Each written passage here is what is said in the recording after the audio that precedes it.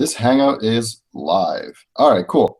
So welcome to episode 11 of Unconfirmed Transactions. If you're listening now on the podcast, there is a Google Hangouts video you should check out in the description if you want to see my pretty face. I'm here with Kyle Torpey. No? Torpey? Torpey. Torpey. Kyle Torpey. Yeah. I fucking asked you ahead of time and then I butchered You it. got it right before, but So we're here. So you're in Bitcoin Core a lot, or I saw you on Twitter, and I was like, "Hey, man, you want to talk about Bitcoin?" And you mentioned maybe you want we talk about the DAO, but I just figured we talk about whatever. So you write for Bitcoin Magazine a lot. How would you describe what you I didn't catch that. You were breaking up. how would you describe yourself? Like, are you a blogger, a journalist, a technologist?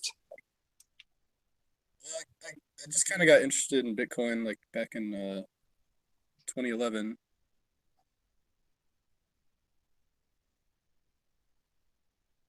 And then by 2013, I was trying to figure out a way just to get involved in Bitcoin somehow and like turn it into a job.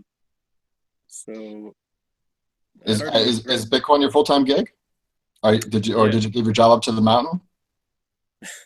Well, yeah, writing about Bitcoin is my full-time gig right now. Excellent. Before I got into Bitcoin, I was doing search engine optimization. Oh, sweet. Yeah, that's what I do now. I mean, that's what I used to do before Google was like, that's not a thing. Yeah. They just like wiped that clean. Yeah. Now you have to actually market and do like video content as such. Yeah, Okay, I'm glad I got so out when I did. It was a lot easier back in the day. oh, absolutely, absolutely. You used to be able to just like buy a monthly like spam subscription. Right.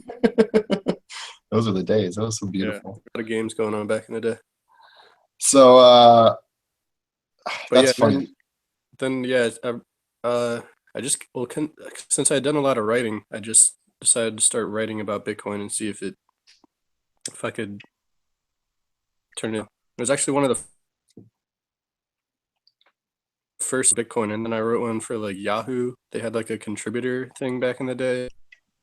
You didn't really get paid Uh-huh. much at all. It was like really horrible pay for per view. But I wrote one for them, and then I put it on Reddit, and then I guess Max Kaiser saw it, and then they talked about it on their show, and then I just Mhm. got a bunch of job offers from that. I actually have Happened really here. fast. I'm gonna pull it up. Hold on. I'm new to Google Hangouts, but I'm gonna screen share. Am I screen sharing right now? You are. You're doing great. Thank you. You got on Max Kaiser. Do you see the screen? Hello? Oh, there you go. Yeah, you cut out again a little bit, but yeah. Oh, I See it don't know now. how the fuck to use Google Hangouts, dude. This is you. Yeah. I'm gonna go straight to your stupid. Okay. Uh-oh. So on this episode, you are promoting Aurora coin. I'm not promoting. Okay, but you're kind of optimistic about it. Yeah. How do you feel about it now in retrospect? Oh, it's super dumb. Like this was like I think this was early 2014 where I was still like kind of in like maybe these Bitcoin 2.0 contract or projects will be something that works out. But Yeah. even Well, Aurora coin, I said it wasn't gonna work, but I think right after that I think I said like Mastercoin and Ethereum and those projects might work or something like that. I don't remember which ones I said, but like it was like the kind of quasi app coin Bitcoin 2.0 stuff. I still wasn't sure about. yeah, naturally. I mean, I got caught up in start coin, so like I have no moral high ground in this Yeah. situation here. But I just thought it was funny. I was watching that and I was like, because I like with like curly hair. His name's Aaron, I think. Is that right?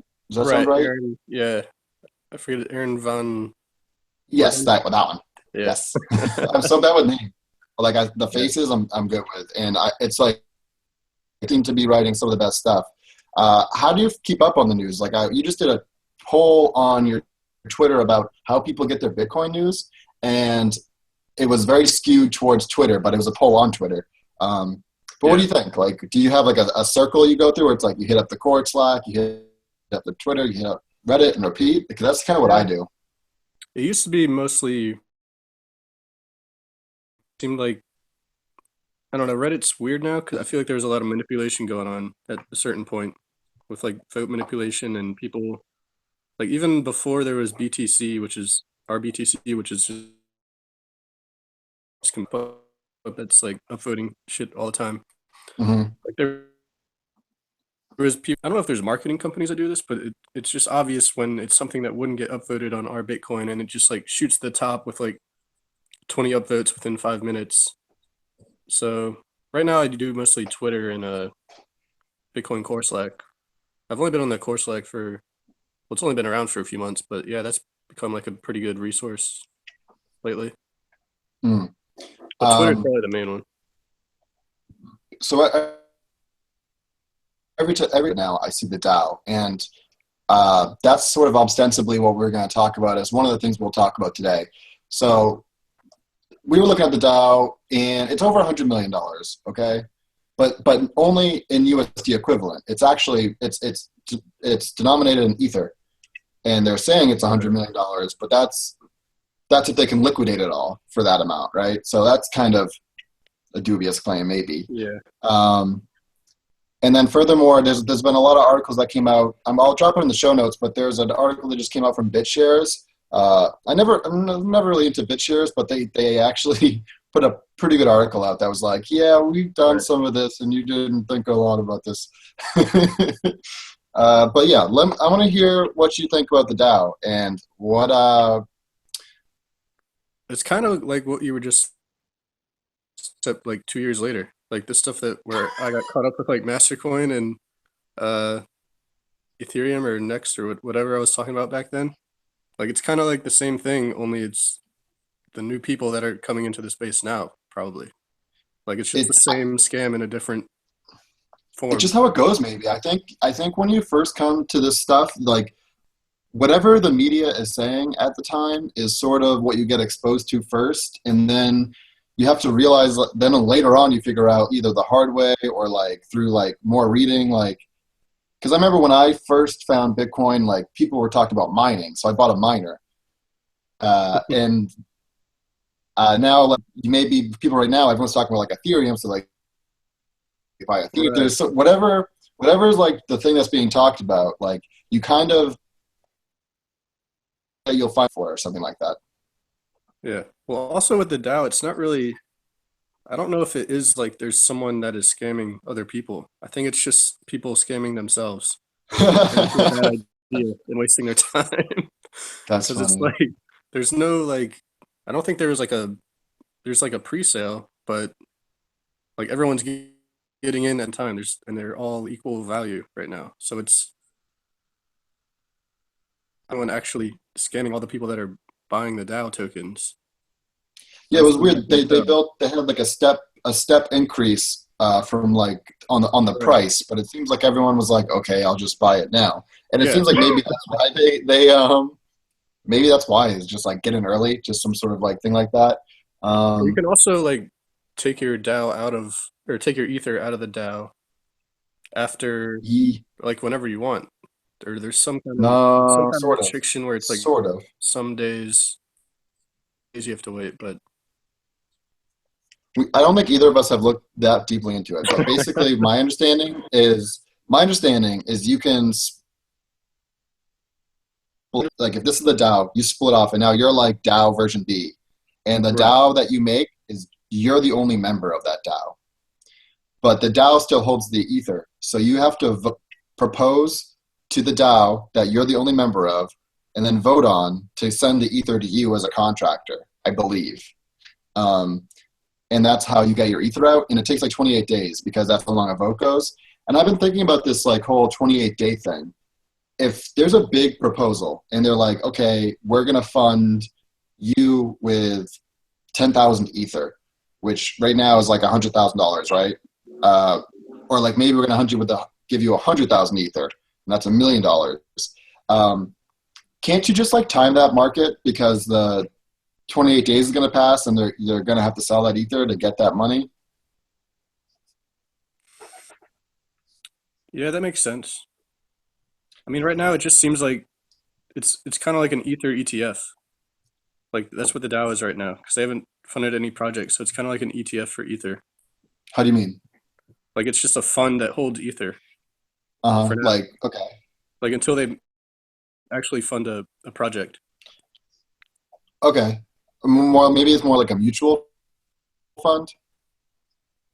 Yeah, I mean, I was just thinking like short term right now. It's Hmm. kind of like I guess a venture. The first time I described it, I called it a venture capital fund where you don't know who your partners are and you don't know who you're investing with. Yeah. Well, some people have thrown a lot of money into it. You can actually see I think some people have thrown in like hundreds of thousands of dollars worth of ether into this thing. So Yeah. I wonder what the hell's going on there. I just don't know what, because I haven't seen like any good projects for Ethereum. So like, what are they gonna fund?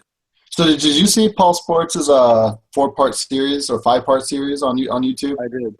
Yeah. What did you think Part about that? four, Because part, part four was definitely it my might be favorite. relevant. What's that? It might be relevant to this discussion because he was talking about he has this chart of like all the Ethereum projects, and he's like, Yeah, and he was this like, doesn't matter, this he's doesn't matter. yeah, yeah. Part four was my favorite because he just went through like I think he actually did it like a few months ago too, where there weren't as many projects, and then he was like, well, now people come in and say that oh, there's over 200 projects now.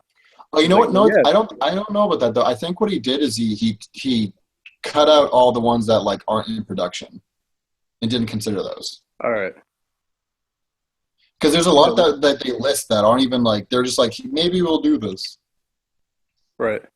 But yeah, but basically what he came down to is Ethereum is a casino for Bitcoin because there's like those are the only apps that are actually that are actually working right now. I think he said Namecoin.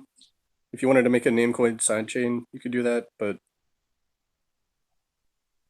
I don't know. Right now, his conclusion was the only useful ones for the casino is the Yeah. Namecoin that I guess is in however many lines of code that they always talk about. No, I like Paul. The thing is, like the thing that he hadn't considered or made clear in his drive chain proposals is what will be done with. Excuse me. Whenever you drink beer and podcast, you always burp, and it's bad. So, like, one of the things he doesn't talk about in his drive chain proposal, and because it's the hardest part, is how would you deal with the UTXOs that you have to track? So, like, if you put money into a side chain, your UTXO is sort of locked up. But if you want to bring money back, um, if you bring all your money back, that's no problem because you can just like unlock that UTXO. But let's say you put half your money, you want to bring back half of your value from the side chain. You need to all of that UTXO, and the change address would now need to be tracked as the UTXO for that side chain value. So that's why you need to have these federated node systems, and it's always the hardest part about the side chains is bringing the money out of the side chain back into Bitcoin. So, And he doesn't really have a good solution to that. And I told him you that. know, Blockstream's working on their own like stuff. They're working on things that Something like aren't. that. What's that? Elements Alpha. Well, no, there's their own solution to the Bitcoin back from the side chain to the main chain. They haven't really uh, told me any details about it, but I was emailing Maxwell and Adam back probably a month ago, and I they hadn't really looked into drive chain at all, just because they were working on their own system, and he said they should have some kind of formal bit for it in a few months, but this is cool. it's also what Maxwell said in like October, but I'm sure a lot of the Yeah, scaling stuff has slowed all this down. I don't know if slow is the right. Sometimes I wonder how people like what percept like time seems so subjective, and it seems like people in the crypto space want like a decade's worth of work to happen in a month. Like there's like a Well, year right. in Bitcoin is I'm like just saying that like they could have worked on side chains instead of having to go on Reddit and explain Right. why increasing the block size is a bad idea. That's true.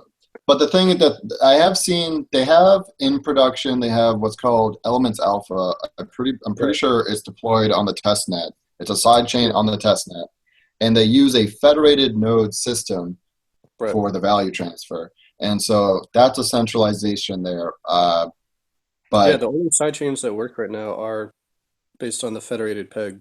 That's how Elements Alpha works. That's mm, how Liquid is gonna work, where mhm.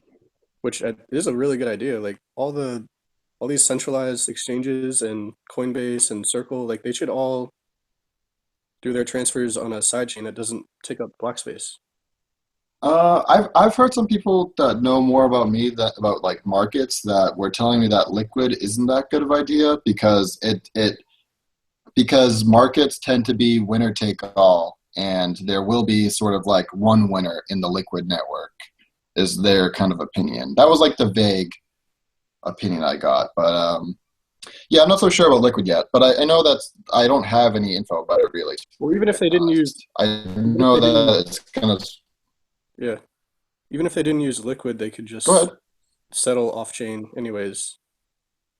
Like Zappo and Coinbase seem to be very concerned about the lack of block space. Like they could just settle off chain if they really wanted to. Like just like in a day, So like banks do, basically, because they're already a centralized service. So uh, it's not like you're creating a problem by settling off chain and then doing it on chain at like the end of the day or whenever. mhm. Okay, so let's just go into your opinion because you seem to be a small blocker or someone that's like worried about scaling, and your opinion would be to be maybe more conservative. But what is it like passe to talk about the block size debate at this point? I don't think there's a debate anymore, really. I mean, like after the Hong Yeah. Kong agreement, it was pretty clear what the scaling roadmap was going to be. And now it's just there has been I don't know if it's been a really a delay I could witness. Like there was no they didn't promise that it was definitely going to be released in April. And Well, they posted the pull request in April. yeah, and now it's going through testing and review and I think that's impressive. yeah, if you subscribe to the GitHub, you can see like it's getting shit's happening with that every single day. And Yeah. I mean, What's Bitcoin like in Virginia? pretty much non-existent. Is there There's no one meetups? there's one bar that takes Bitcoin in Richmond. But there are So meetups? no. Oh, damn, There's dude. not there's not a lot of Bitcoin. Yeah, I think that the brewery accepts it. So I mean I talked to the people that own the brewery a few times, but yeah, I mean some places it's just not there's not really a reason for people to care about it. That makes sense. Makes a lot of Like in sense. yeah, if you're in New York or LA, then there's like startups using it there. So or there's people that are more interested in tech there. Mhm. I don't So know. I've been to the meetups in New York City, and it's a lot of times it's like I wish those meetups didn't exist. Some of them. well, I might just No, go come ahead. out of and just talking about that. You're kind of choppy, man. I can't hear what you just said. I was saying the meetups are probably like people just trying to get rich quick and talking Yeah, there's about a that. lot of that. There's a lot of that. There's a lot of people that probably invest in the Dow. Right. But I mean, so there's like basically no one's. There's a lot of people that so like the guy that invented the Dow, or like Stephen Tuval, or I think Right. it's just Stephen Tuval. He was one of the people that invented the protocol for the DAO. He says like anyone that doesn't like basically the DAO is something that's super new. It's not within the existing paradigms, and if you ignore it, you have your head in the sand. And that's often what people will say if you like criticize their new tech. What do you think about that? Like you write articles, you must get feedback all the time about what about articles. What do you think about like this sort of do you believe that there's a toxic community? Because I also see that talked about a lot. What do you think? There's a toxic community of people who usually don't identify themselves on Reddit or Twitter. It's usually anonymous people that start uh, either complaining or bringing up like black stream conspiracies, or like, for example, like RBTC has had a bunch of threads about me lately. Oh, Like a bunch, really? yeah, like Kyle's a hack, Kyle's a pseudo journalist, stuff like that. Oh, And it's that just sucks. actually, well, no, I'm kind of used to it at this point. I've had plenty of trolls in the comments over the years. Yeah, sure. But it's not, it doesn't really bother me because they're not people that uh like there's people that I disagree with that I can have conversations with, but it's never like an anonymous person on Mhm. the internet. It's really just not worth paying attention to that at all. Like if you're not talking to someone you can identify, usually it's not worth talking to them. That, But that that's been my that's a good heuristic. Like if I don't know who it is, like if I can't, if they're a non, probably not worth wasting your time on it. Because I get caught up in a lot of internet debates like that, and it is now you pointed out it is usually anonymous people, yeah. Well, it's and just it's it's a time suck. Like yeah, you oh for can't sure. spend all those hours just like debating someone about something where it just doesn't even Well, matter if you win the debate. here are the two things I see happen. This is the two most common things that I hate the most is when you're making like points or trying to ask questions or discuss something, and a troll comes along. I'm a troll. I like trolls, to be honest. Well, I yeah, like trolling. yeah, there's nothing wrong with But it.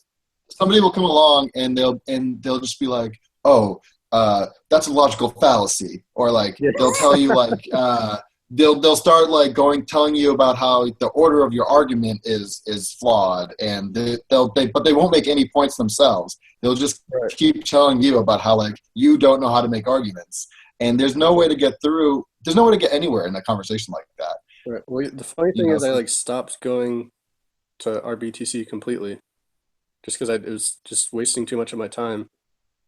And then they started like doing the user mention on Reddit, so I would get notifications every time they would mention me. I had to turn that off. yeah, they're trying to summon you to the They're trying BTC. to they're trying to suck my time away. Coin.com just launched a casino. I'll look into it. Roger Ver seems to be trying to launch everything and everything from Bitcoin.com. Launch what? Well, he's got some like Twitter get like paid in Bitcoin to retweet And I'd stuff. be like, oh, no funds. Yeah, Did you try it? I haven't tried it yet. No, Whatever. I checked it out the other day, and there's like 3 tweets that you can retweet for money. It was like, Yeah, yeah. So I tried it. I clicked them, and I tried to retweet them, and they all retweeted on my account.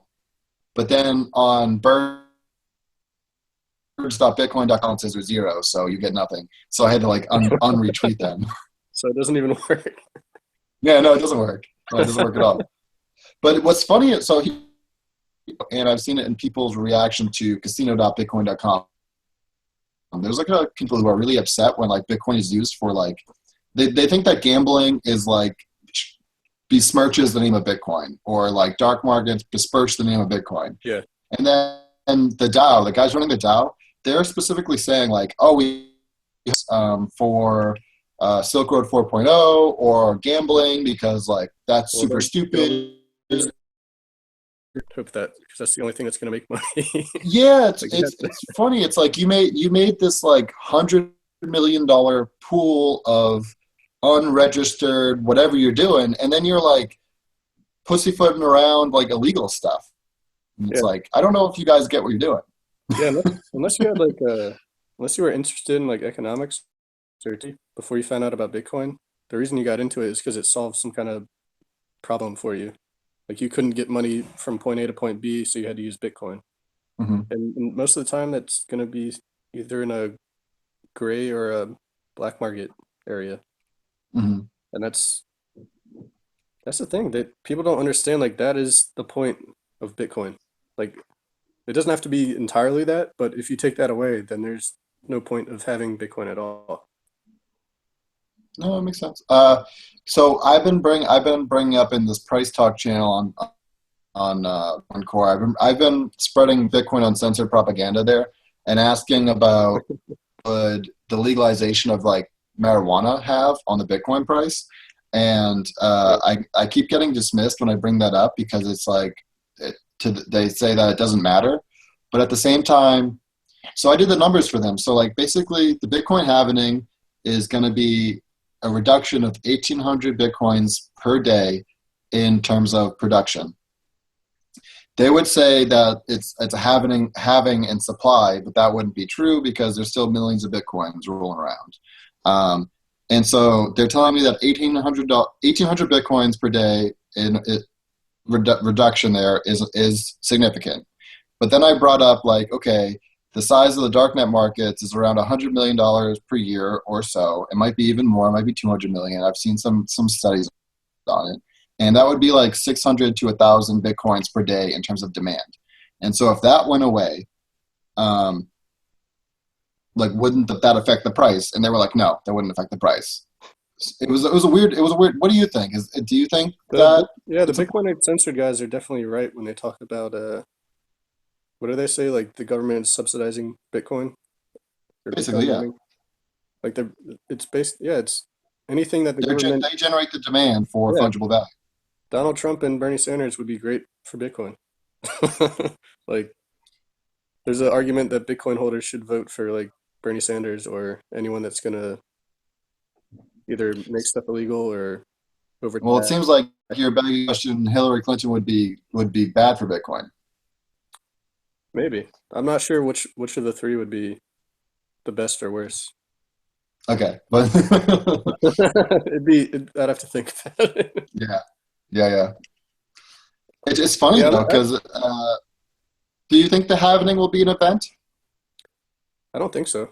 I mean, I'm not a trader at all, so I don't like to speculate on the price, especially in the short term. But that's fine. Just technically though, you could have like difficulty changes could be significant at that time. You could Yeah, have I think miners go offline. that's not going to happen. All the pretty much at least I'm not going to say all the miners, but a vast majority of them are prepared for the halving, at least according to Gavin. And then the Bitfury guys have also said their latest chip, the reason one of the reasons they built it was to be able to account for the 50% drop in revenue from the halving. So miners are definitely aware of this and ready for it. Yeah, that's I'm the not benefits of the predictable supply curve. right. Yeah. Yeah. So I think I think it'll be pretty much a non-event, but I don't know. I could be wrong. One of the things I'll speculate on is I think because there are so many people expecting it to be an event, that there will be some sort of self-fulfilling prophecy there in terms of like, there's a lot of people watching certain statistics around that event. And there could be an incentive to miners at that time to short Bitcoin and turn off their miners to fake create the event that they think is happening.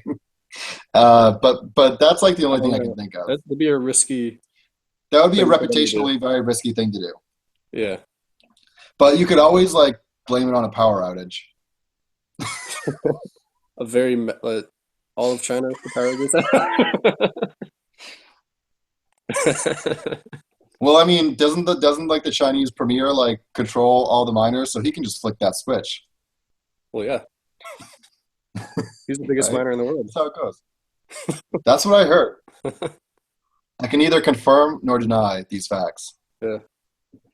What? So you follow it pretty closely. You write pretty intelligent stuff on Bitcoin, even though you're kind of a dum dum. Well, Sorry. everyone's a dumb I, dumb, so I can't tell you you're intelligent and then not say you're dumb. I have to do both.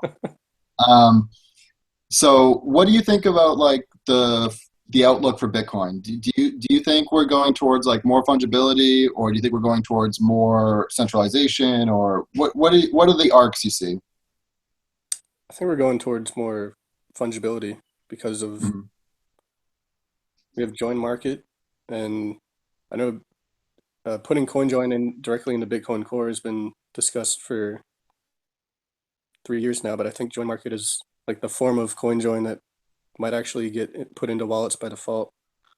And then confidential transactions is a great idea, but I don't know how it's going to get implemented into Bitcoin. I imagine we'll have to wait. If sidechains are a thing, then it'd probably be implemented as a sidechain first and then brought to mainnet. But the thing with that too is like everyone has to use it by default, or if it won't be as useful. So I think we're moving in a positive direction, but yeah, I think I mean as far as fungibility too, Mhm. but I've been that's check like say a lot about a lot of things that are supposed to. Yeah, I've been checking out some videos of like people that aren't as technically advanced in their Bitcoin understanding, and they oftentimes I'll see that like what basically the line that they'll tell people is you may think that Bitcoin's anonymous money, but it's actually very highly trackable money. All that things you've heard about Bitcoin being used by criminals and drug dealers, like that's not really a thing because it's super trackable. And like that's sort of like a thing that they'll say in their line. And I always think that maybe they just don't know what's happening in Bitcoin because it's if you talk to the people developing Bitcoin, they don't like that. Right. But that they're kind of right for right now. I mean, it's pretty. If you talk to the people at like Chainalysis or any of those blockchain analytics companies, they can pretty much track where most of the Bitcoins are going. And it's not, it's very difficult to use Bitcoin anonymously. And I imagine a high percentage of the people using it on the darknet don't know what they're doing at all. Hmm. And like there's like a new, I don't know I don't know who released it, but there's this new tool called Onion Scan where you can like scan all the hidden services on Tor and Okay. it'll tell you if there's like some vulnerability or something that they're doing to expose their identity. And there Yeah. was that are running some of the dark markets, they don't really know what they're doing as far as like Yeah. protecting their identity. So I That think makes sense. it definitely needs to be more uh, user user friendly, more easy for like the average person to use it. Because unless you do all your research, you're at all. No, that's a good point. Yeah, it's still definitely a long way to go in terms of usability in that sense. Like you have to know too much of the technical inner work correctly Right. at this Yeah, you point. basically have to do all the research for Bitcoin to know how to use Silk Road or whatever darknet you're gonna, Yeah, which is like a 6 month process at least. I mean that might be. Bitcoin, I've been reading about it for like 5 or 6 years. I know. Yeah. I mean, I don't. It's more understandable than the internet at large. So the internet at large is a very complex system that has a lot of moving parts. And then you have Bitcoin where it's doing like this very specific thing. And like you feel Right. like you can kind of get a handle on it. Like you're like, oh, I got the big picture here. And you don't really. But Yeah. I hope the hump towards like that is like everyone uses the internet but they don't know how it works. I hope that hump is gotten over. But I could also see a future where Bitcoin just goes to the potato. Do you think there's a future where Bitcoin just like ceases to be relevant or necessary? Not that it's replaced, but Um, like cryptocurrencies just like are not born out as like a technology that works. I mean, I think it's here to stay. I don't. Hmm. It has people that aren't as like people that can't send value across the internet because for whatever reason they can always use Bitcoin. So I think as unless like government like either ceases to exist or decides to create a new version of e-gold and create it themselves. I think there's going to be, and also make sure that all transactions are anonymous. I think Bitcoin's going to be here for a while, bearing some like Cool. crazy Yeah. move by basically governments would, because they basically control the Bitcoin price too by their policies. Yeah, if you look at the run up of Bitcoin when it like mooned to its highest all time high, it was like right after the Silk Road got all their funds seized. And like a lot of that purchasing might actually have been around the news of the seizure, but also the people having to buy back their Bitcoins. You That's a know? good point. I never thought So about that. I don't know how much it accounts for it, but like it might be part of it. Like I mean, they seized a lot of bitcoins, and if you still need to buy what you need to buy, and all your bitcoins are got seized, like you're gonna have to buy Bitcoin then, right? Yeah, yeah, but that's a good point.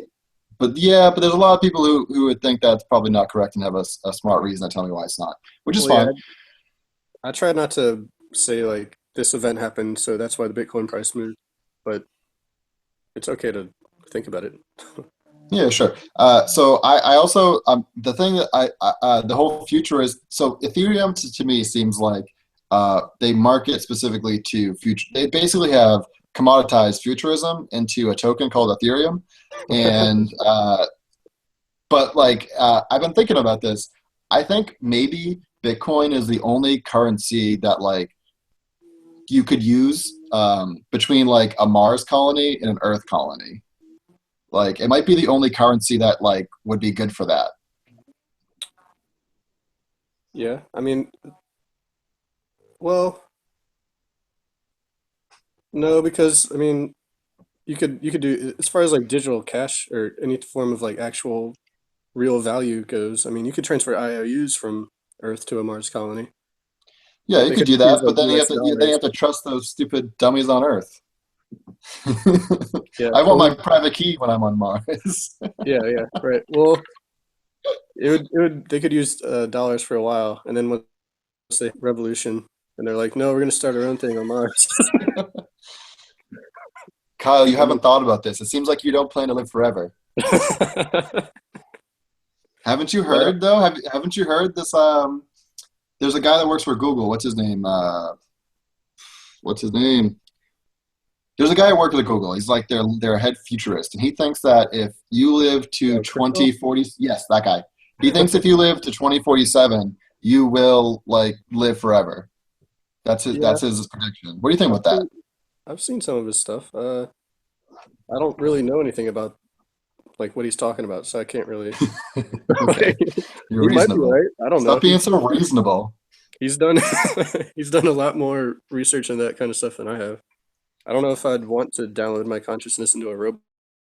Though. What if I started freaking out when I was inside the robot? Been like, Uh, so I'm always surprised when some people are going to listen to this and they're going to be like, I wish I shouldn't have listened to this. One of the last things I put up on my SoundCloud is I put up like an hour of music. Like, I got comments that were like, "What the fuck? What are you doing?" do you usually start You the know. show with music? I I always put so I listen. I make some content and then I listen back to it and I'm like, I hate everything I'm listening to right now. So I focus on the outro and the intro, and that's like what I'll listen to is the music. So I started calling myself a Bitcoin DJ, and then I just took it to the full conclusion of that and actually did a Bitcoin DJ set. It would have been cool if you just like usually you start your podcast with music and then you just like did one where it was just the music the entire time and people were just That's waiting for it that's to start. exactly what I just did. That's exactly what I just did, Kyle.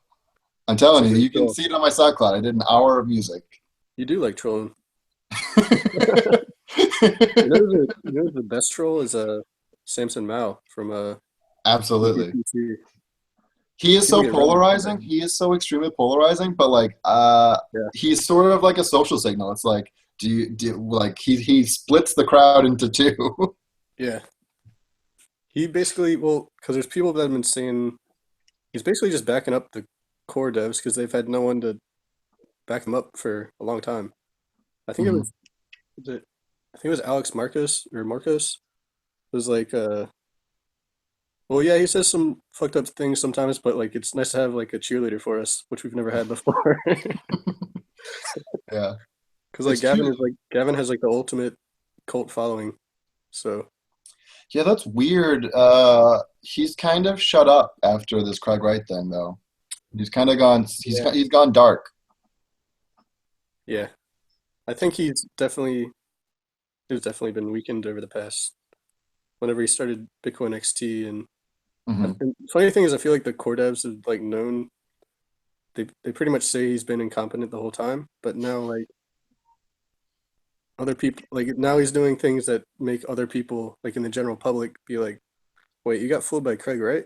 Like, When he was coding for Bitcoin Classic, and I am not a C programmer, so I can't speak like I know about C programming. But he actually he did some pull requests without tests at all, and they were like, "This doesn't even work." He's like, "Oh yeah, I actually maybe should have done some tests on that."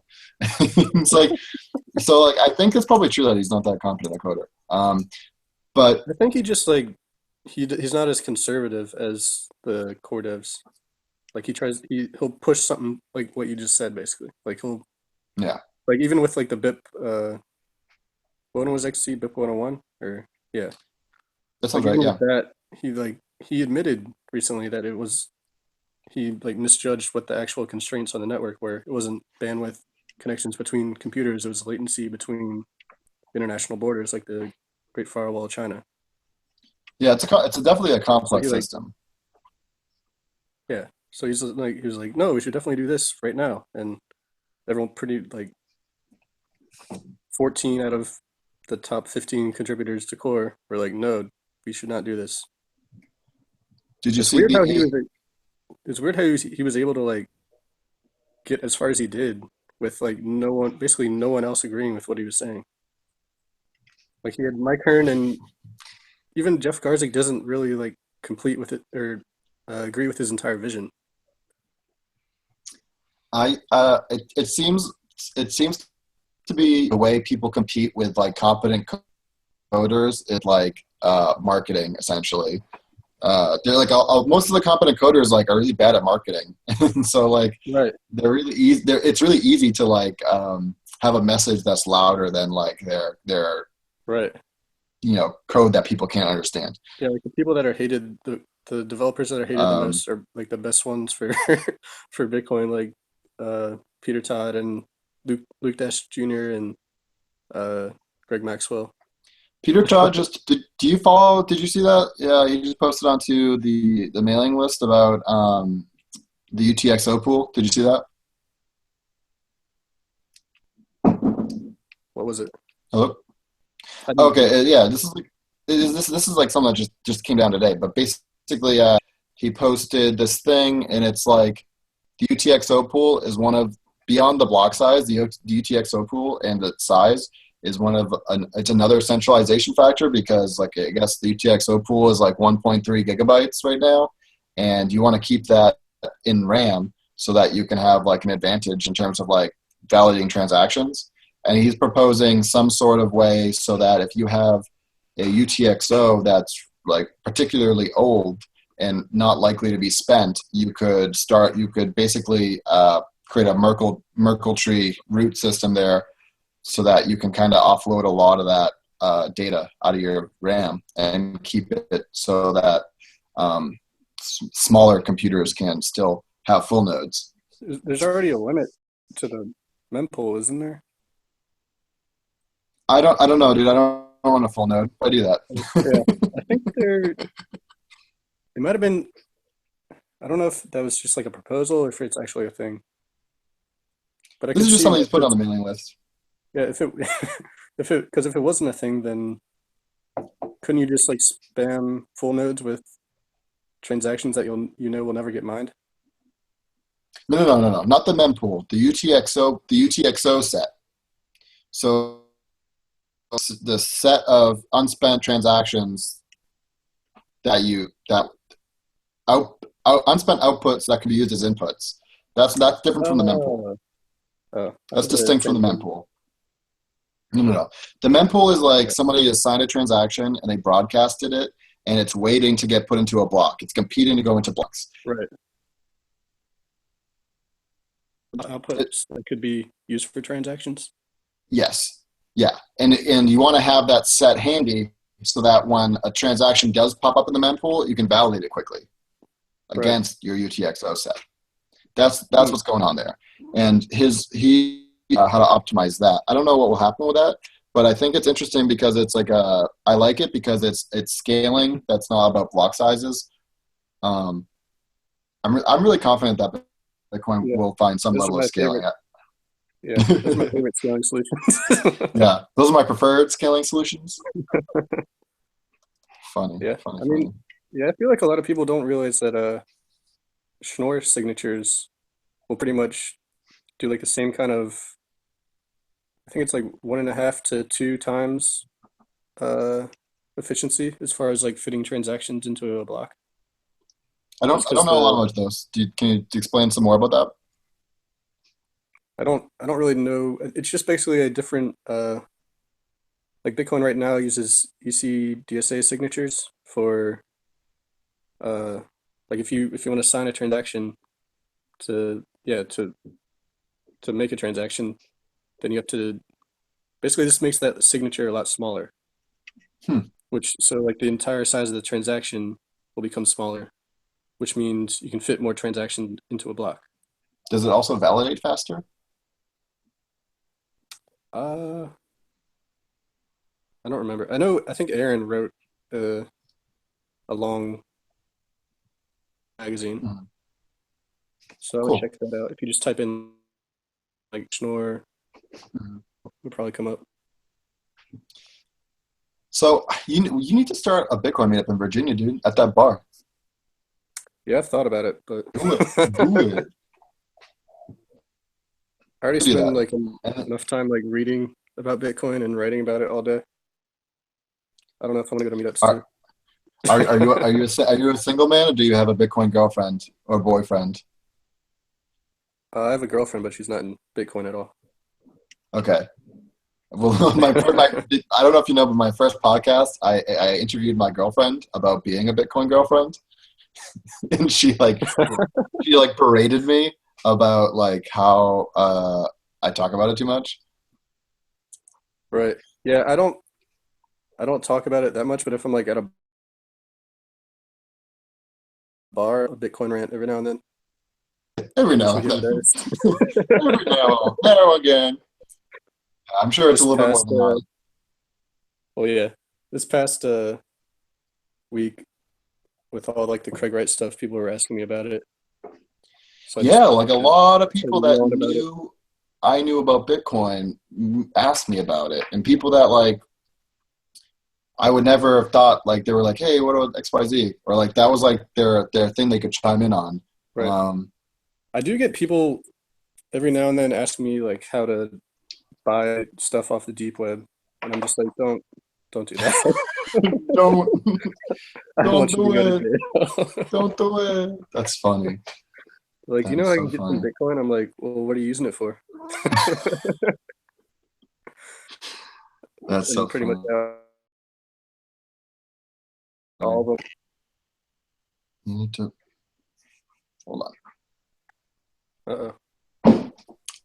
It's just my cat was like knocking my shit. That's why it was like slowing down for a second. Yeah. All Gotta stay away from cats. right, Kyle. Have we covered everything? Probably. I don't even know what we covered. Yeah, Are you a Bitcoin Uncensored listener? definitely. Are you an Exotica.tv user? I did watch him on there one time. What do you think about that? That website is like really well made. That's what I thought about it. Like Yeah, yeah, all of everything course. works like really flawlessly and it still looks very good. Yeah, I'm always impressed by those guys. I would love to know more about the. If you're listening to this and you run Exotica, I would love to talk to you. I like to put out those messages now and then. Are they still doing it on Exotica? All right, Kyle. I thought they were gonna stop and move to like I saw they did No, dude. something with like our last one on Exotica. Was that just a marketing ploy? Oh no, no, no, no, no, no. That was a joke because Amanda from the Daily Decrypt had her final show, Oh, yeah, and so they had their final show. Um, yeah. Yeah. and Did Chris buy the Daily Decrypt? no, I no, thought I thought he was thinking about it. no. I think he made a fake Twitter account and he messaged William Moogly and he it convinced him to. You got to see this, dude. It was just. I'll link you to it later. But basically, All right. they convinced him to come on for an interview because he wouldn't come on to an interview for them. And there's a video, and basically William's on screen, and then it's Chris, and he's like, "Welcome to the Daily Decrypt Uncensored." It's really funny. Yeah, That sounds awesome. he's something else though. I mean, I don't understand a whole lot about these guys that are writing these books because I mean I haven't been in Bitcoin that long, but I have been around long enough to know like that they're nowhere in the community. You know, I don't know where they're getting their info. I don't know who they're talking to. Yeah. Um, but like, you've been around. Like, have you ever seen this guy before he wrote a book? No. I think I've heard for some reason I've heard his name, but it might Oh have just yeah. been like I heard it once and then he wrote a book and then I don't know. I saw him at the Consensus Hackathon. He was in the elevator with me, and I was like, "Didn't you just write a book?" And he was like, "Have you bought it?" And I was like, "No. Can I have a free copy?" And he was like, "No." And that was the end of the conversation. And then I found out he went to the main event and he handed out a bunch of free copies and signed them. Damn. I was like, "Motherfucker." Yeah, I think the people who He write. must he must know who I am. Yeah, got the scoop. I'm just kidding. I have these people on Twitter that troll me because I put my photo sideways because there was like this Brian Armstrong account that like did that and it was like a parody account. And people always are like, "You're stupid. You can't even put your photo straight." And that's why you do Of course, it. yeah, of course. I mean, we're just rambling now, which is Yeah. fine. I like it. But you know, what do you Yeah. guys say? Yeah, I What think do you want to tell the Bitcoin world? uh Everyone listens to this show because everyone listens to Bitcoin Uncensored, and then once they're done with their Bitcoin Uncensored episode, they come here, and then they have like a whole 5 hour block of Bitcoin. So, wow. this is the time to grandstand. Uh check me out on Twitter at Kyle Torpey. Check me out on Check Twitter. check me out. Okay, check Kyle out on Twitter. If Check you out the thought this Bitcoin was dumb, magazine.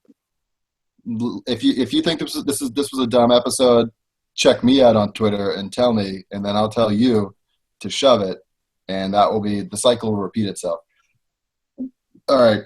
Thanks for tuning in. Thanks for coming, Kyle. Thanks for having me. Bye bye.